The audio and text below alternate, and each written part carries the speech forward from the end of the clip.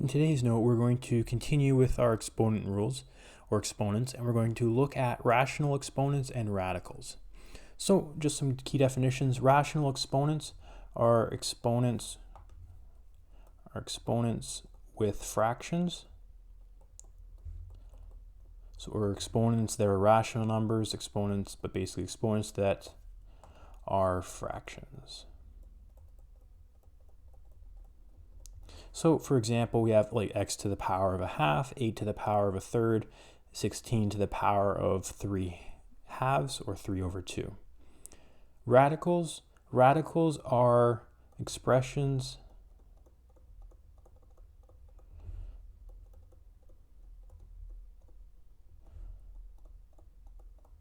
basically expressions that have roots or that use the root symbol. So the square root of x, so this is a square root. If we don't see any number, we assume it's a 2. So the square root of x, the cubed root of x, or of 8, and the cubed root of 4 squared. So these are all examples of radicals because they have a root. So remember, the root symbol looks like that. So if we're converting between rational exponents and radicals, there is a connection between them, and if we want to convert between the two different forms, the formula or the pattern kind of goes like this. If I have a root x to the power of b, what that means is I have a rational exponent of b over a. So basically the exponent on the outside of the bracket becomes my numerator, and the root becomes my denominator.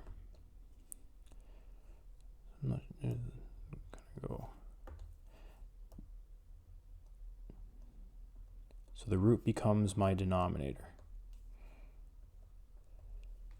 And that's just a simple conversion. So I'll go through one example of each, but it should be fairly straightforward. So if we want to write x to the power of 5 over 4 in the radical form, so I want to write this where it has a root. This becomes, the 4 becomes in front of the root, and then I have x to the power of 5. So again, we could have it as like this, or you may see it as something like that. Either way is fine. I'll go through all of these, and then you'll have practice on the next page. So for b, again, it becomes 2 root 3 to the power of 1.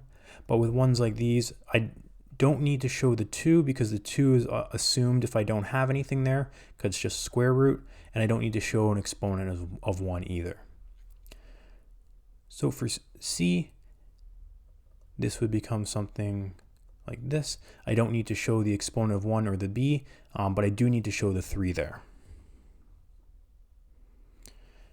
For d, again, 8 going to be the number inside the root, 5 is on the outside, and then 3 is on the outside there. So that was it, going from a rational exponent to a radical.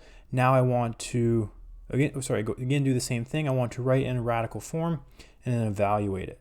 So 64 to the power of 1/2 works out to the square root of 64, which equals 8.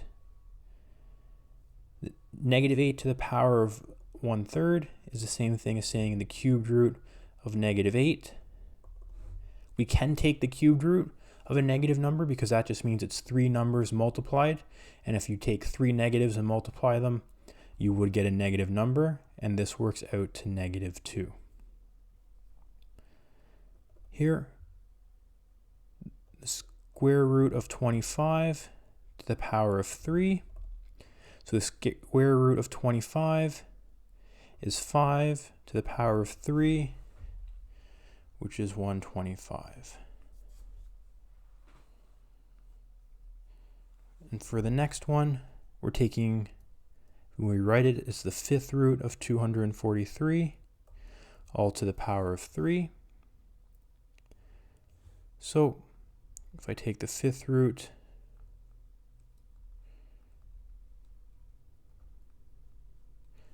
of 243, I get 3 to the power of 3, which gives me 27.